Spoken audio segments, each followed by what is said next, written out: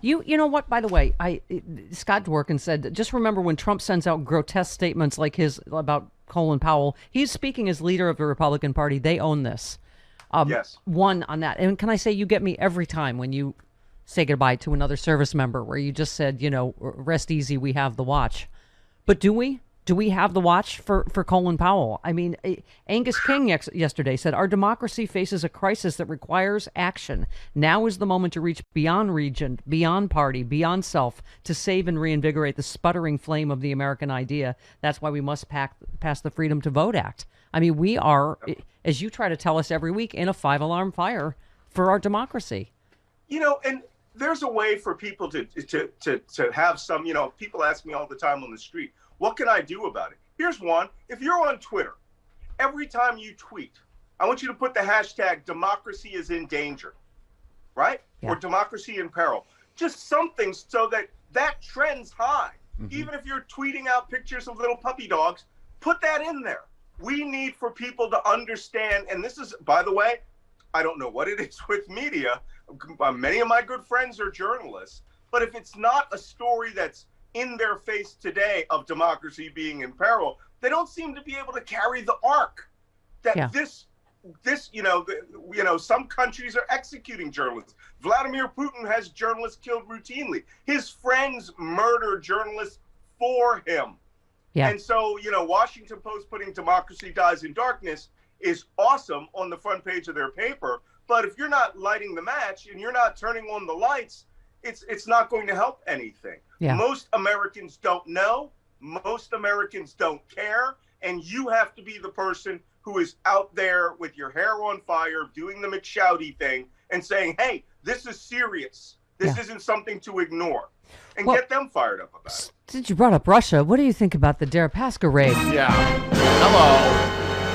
So FBI agents raided the home of Russian aluminum tycoon Oleg Deripaska, an oligarch linked to Trump's disgraced former campaign manager Manafort. And when I say linked, Malcolm, let's review from Malcolm's first book. Manafort is the one that admitted to providing internal polling data to that guy. Uh-huh. Okay, with intelligence ties, Russian intelligence ties during the 2016. So Kalimnik. He gave it to Kalimnik, who gave it to Deripaska. I still. Okay, I don't know what do you think this raid is about? And B, how is that still just possible that I don't feel like that is all the collusion right there that we ever needed. That is direct collusion with Russia. Yeah, well, when you have 1/3 of the country going, no, it's not, no, it's not, no, it's not, things tend to get messed up. Things tend to get blurred out. And because Robert Mueller did not go after criminal prosecutions of these individuals, let a lot of people off the hook and just took their statements, it didn't seem like anything.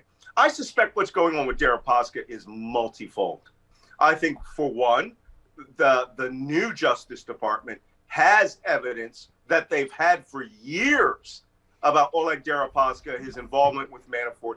Also, don't forget, this is the man who was going to give, I think, $200 million to Mitch McConnell to build an aluminum smelting plant in his district. And suddenly McConnell was like his best friend. Yeah. This is a Russian oligarch who thinks he can buy American law. And I suspect there's a deeper story here.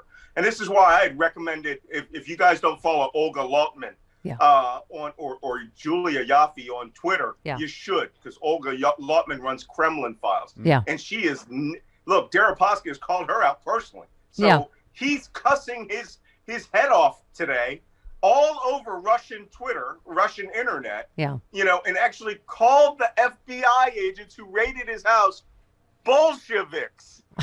This is an ex-communist turned capitalist who is now suddenly running into the wall of democratic law enforcement and calling them commies. Yeah. It's just sweet, sweet schadenfreude delicious what's going on with Oleg Deripaska. But all I can say is this. I suspect this exceeds Manafort, exceeds Konstantin Kilimnik. I think it has to do with a lot more dirty money. Yeah. Somebody out there needs to come up with a meme of those FBI agents going into the house with a little balloon over it that says, "Where's Putin money at, yo?" Because that Deripaska cannot exist unless Vladimir Putin allows him to exist. Yeah. Yeah. Yeah. All right. That's it. See you next week, honey. Thanks. Appreciate it. There he goes. Malcolm Nance.